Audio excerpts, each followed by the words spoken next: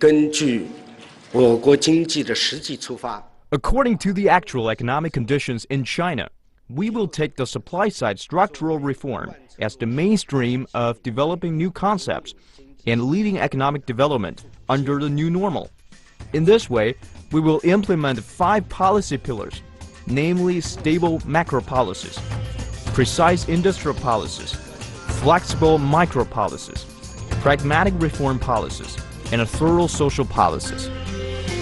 The new normal, a transition from a manufacturing-led to a consumer-driven economy, topped China's economic transformation agenda during this year's political season.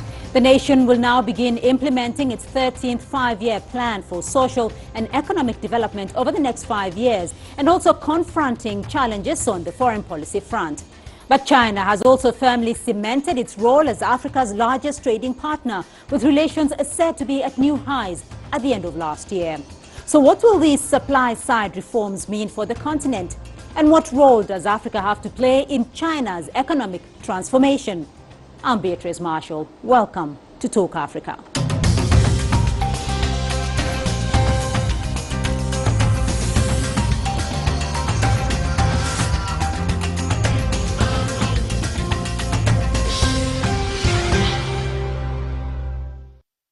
China's top legislature, the National People's Congress and the Chinese People's Political Consultative Conference, the country's top political advisory body, convened its annual sessions from the 2nd to the 16th of March this year. Now, 2016 is seen as a pivotal year for China, as the country has begun shifting towards a new normal for economic growth rates. From excessive industrial capacity to tumbling stock market, China's continued economic slowdown in 2015 has left some people wondering whether there's something going wrong. We didn't actually do too bad because there were worse expectations that China's economic growth could fall below 6.5, but in the end we managed 6.9. And given that the IMF has time and again lowered the expectation of the global economic growth drive. In 2015, China registered the lowest GDP growth rate in a quarter of a century. In most previous years, China's growth was above the target and often by a large margin. But authorities say that last year's growth still met the government's target of approximately 7%. Each year, that target is announced in the government's work report as the National People's Congress kicks off. It's one of the most highly discussed issues during the political season. China is the only large industrial country that still sets a specific target of growth, which governments of all levels try to meet as much as they can. But some say that as China is becoming more intertwined with the global market, its economic performance is not just decided by domestic factors, and that an overemphasis on numbers could end up damaging to China's economy. Over the past 2 decades, China has been making massive investment projects to meet the economic targets. It helped achieve an economic miracle, but at the cost of worsening environment, rising economic imbalance, and excessive industrial capacity. 只要就业能够比较充分，物价 As long as we can guarantee a stable job market and inflation, it's the quality of growth that matters, not quantity. In 2016, our target of growth is between 6.5 to 7%. A range rather than a point of the growth target, many believe it signals the country is gradually shifting its focus from economic figures to addressing some of the biggest economic challenges. As for what are those challenges ahead in 2016? Well, excessive capacity. So we have been talking along for the last 5 years about the reducing the excessive capacity, and so far we did not really achieve much. This year, I think the government is extremely decisive.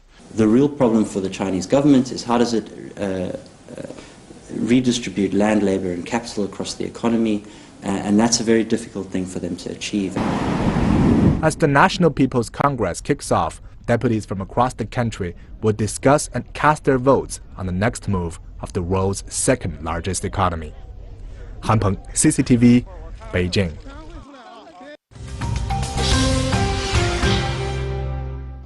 Now, 2016 is the first year in the final stage of China's goal of building a moderately prosperous society by 2020. Whether the world's second-largest economy reaches that goal would very much affect the world's political and economic development. And that's why diplomats from many countries have been expressing great interest during this year's 2 sessions. Well, the development of China is also affecting the rest of the world, and for us as a developing country, we are very much focused on the developments in China to see how we can learn from that. So that's why we are very much with the eyes wide open following all the developments that are taking place here.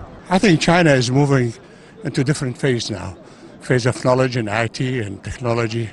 So looking forward to see what's going on. Well, it's a very important occasion, a deliberative moment for the government of China, always important in all nations. And of course, this year, the most important issue is the consideration of the 5-year plan. 5-year plan is always a fundamental instrument of understanding what China is proposing to do. And what China proposes to do is of relevance not just to China, but for the whole world. I think there's going to be some interesting messages as to the progress made on key issues such as the structural reforms, which are very important. The Chinese view on how China is going to keep facing the international economic environment, and I'm sure that what he presents in his comprehensive report will give us some interesting inputs on what we should be watching out for in terms of the Chinese economy, Chinese social policy, and political process over the next year. Now, CCTV's Tang Bo was at the news conference where the supply-side reform decisions were announced. He told us more about what the members had to say about reform. When asked about the difficulties of the reform, one of the member answers saying that he admits that it's going to be a painful journey because to deal with the overcapacity, we have to close some factories, some companies, but that could result in an increasing number of unemployed workers. But they prefer, instead of continuing supporting these dying companies, they prefer to take care of those unemployed workers. They can re-educate them and they can continue to contribute to the economic growth of the country. And also the entrepreneurship as well as innovation is also very important for this reform. And at the same time, one of the members saying that to deal with the overcapacity, the problem is very severe, especially among the state-owned enterprises. Especially they have the problem of high investment at the same time, high in debt. So the key to the solution is to change the way of thinking, to change the business model, and do something more on the technological innovation. And he says that we need more small scale of operation to meet the need of different clients, and that's one of the way out for the reform. We're going to take a short break now, but when we come back, my expert guests will help unpack the decisions made during China's political season and what the new normal will mean for African relations. Do stay with us.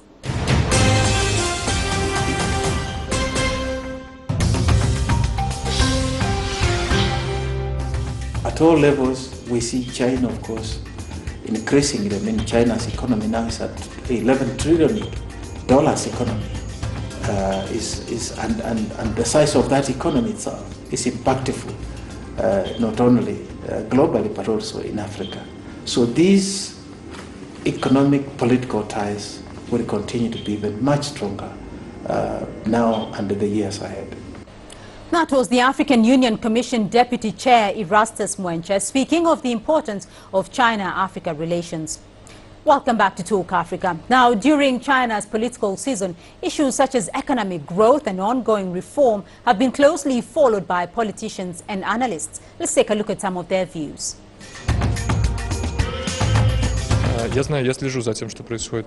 I've been watching what's going on in China. I'm aware the Chinese government attaches great importance to its economic growth. As China's population policy changes and living standards improve, there will be a new labor force coming in. These factors will stimulate China's domestic needs for resources, which will ensure its economic growth. Domestic growth is very important to China. China will remain the world's largest trader. This will also be key to reviving the world economy. In addition, China's Belt and Road Initiative will contribute to the world economic growth. Cooperation in production capacity and technology will help propel the development of other countries. Lastly, the internationalization of the Chinese currency, especially the RMB, became part of the SDR basket, will also be important. Now, to help unpack China's economic transformation and its relation to the African continent, I have expert guests standing by. In Nairobi, Professor Michael Chege, he's the Kenyan government advisor on international development partnerships. In Johannesburg, Mr. Michael Sudakasa, he's the CEO of the African Business Group. And in Beijing, Dr. Liu Yufa, he's a former president of the China Institute of International Studies. Gentlemen, thank you for joining in the conversation. Dr. Liu, in Beijing, let me start off with you, though. The transition from a manufacturing-led to a consumer and services-led economy, that is China's new normal. First of all, broadly speaking, though, what does that entail, and why should Africa be interested? Well, I think with the current trend of Chinese economic transformation, my African friends, or to put it broadly, the African countries should be taking stock from these areas. The first area is the trade. As China has been expanding its appetite for more imported goods and services, the African manufacturers can manufacture the tradable goods and services which would be popular at the Chinese market. And secondly, it is with regard to the capital which would be flowing from China to the African destinations where they can find the ready market, ready partners. Thirdly, it relates to the industrial cooperation, which would entail the infrastructure which is badly needed by most of the African countries across the continent. Secondly, it entails the manufacturing sector, and thirdly, it entails the manufacture-related service sectors. The cooperation could expand to include the areas of education and so on. Right. Mr. Sudakasa, though, how closely is Africa following China's economic transformation, and what will be the likely impact for Africa?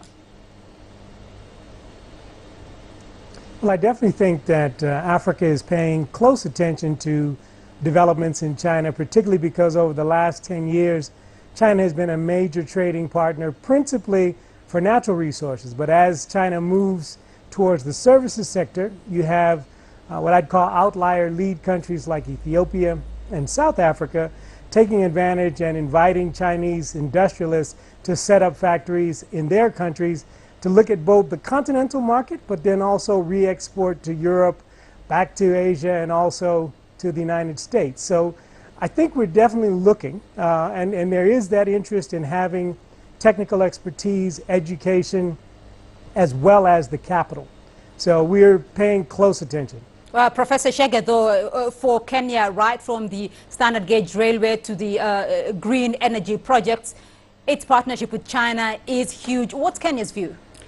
Kenya's view is that we should intensify our relationship with the People's Republic of China, particularly since they are not involved in raw material extraction kind of industries here, in the building of our infrastructure. Standard gauge railway, which is Nairobi-Mombasa, is just one phase, being extended to Naivasha after the FOCAC summit agreement last year in South Africa.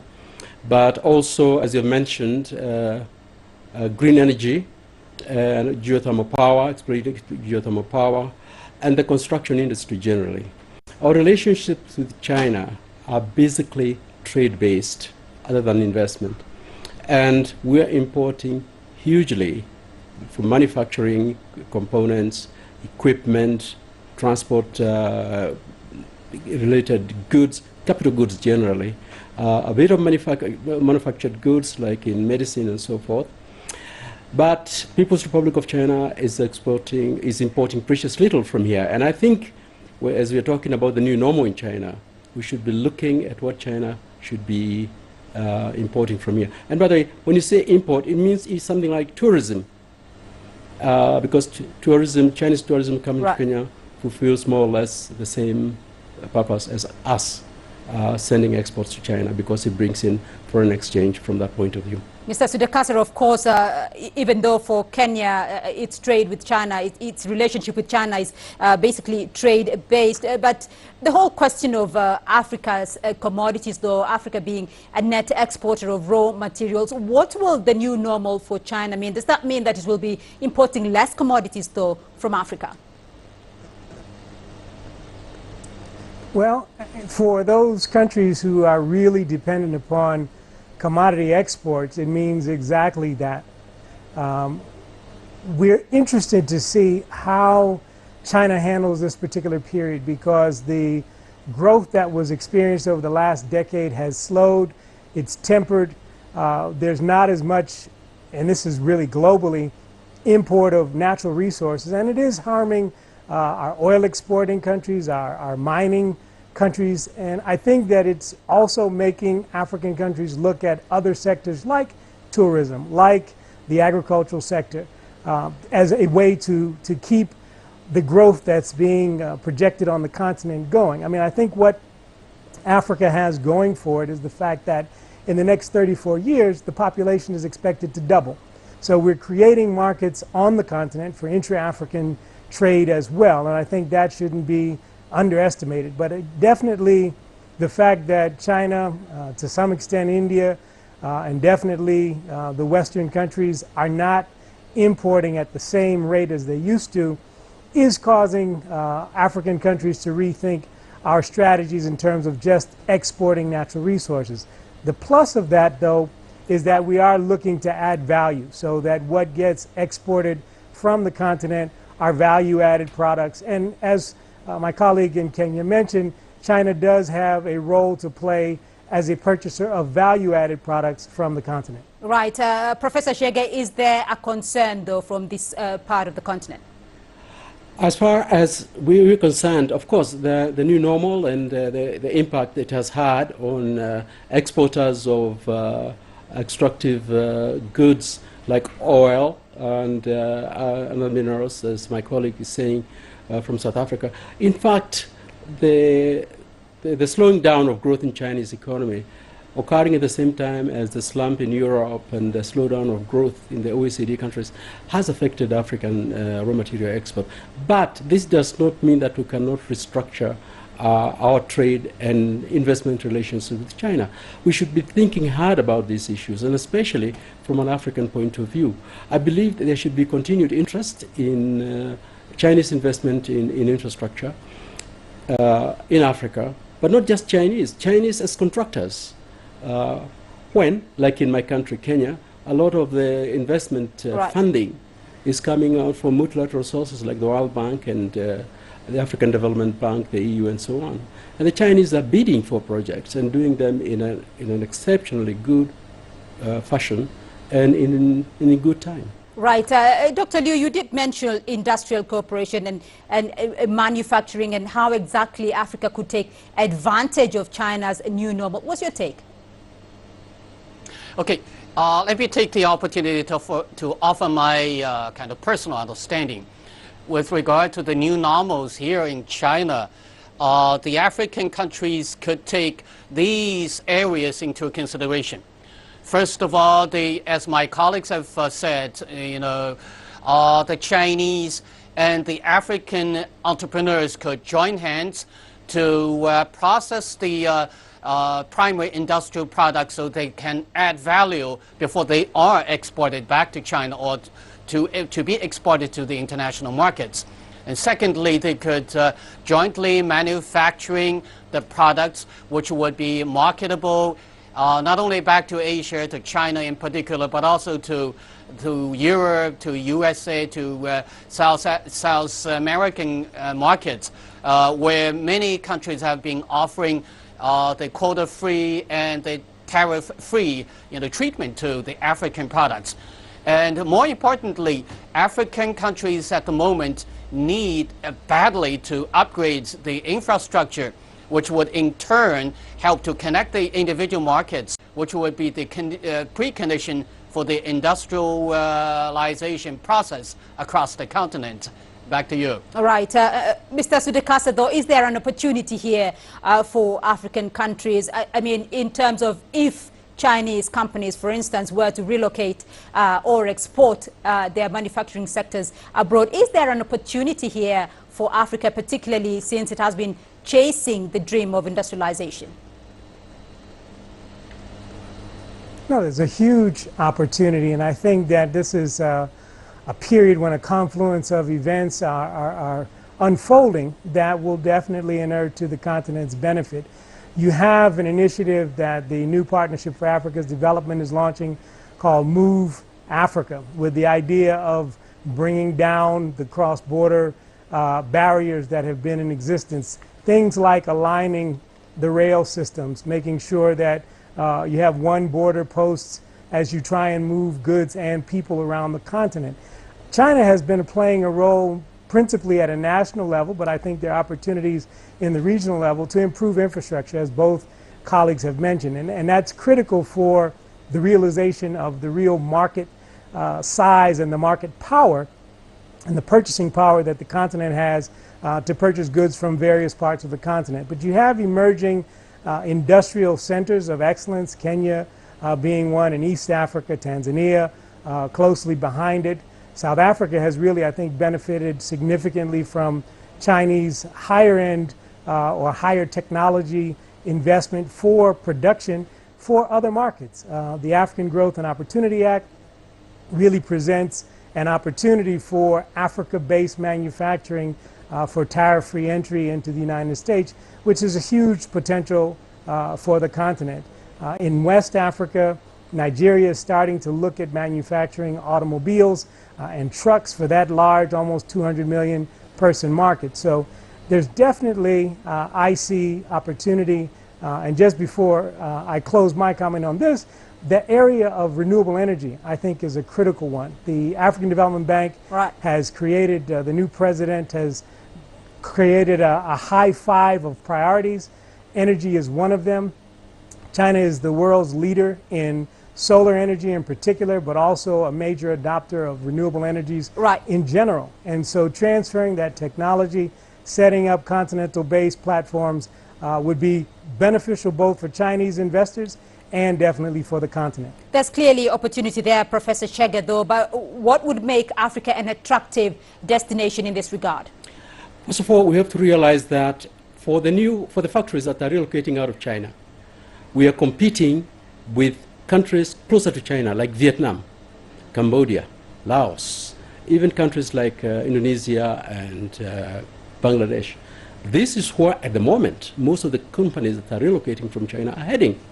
Why are we at a disadvantage compared to Vietnam and the others? First of all, as my colleagues are saying, our infrastructure is very poor. Transporting goods inland from our ports takes too long and is much too expensive.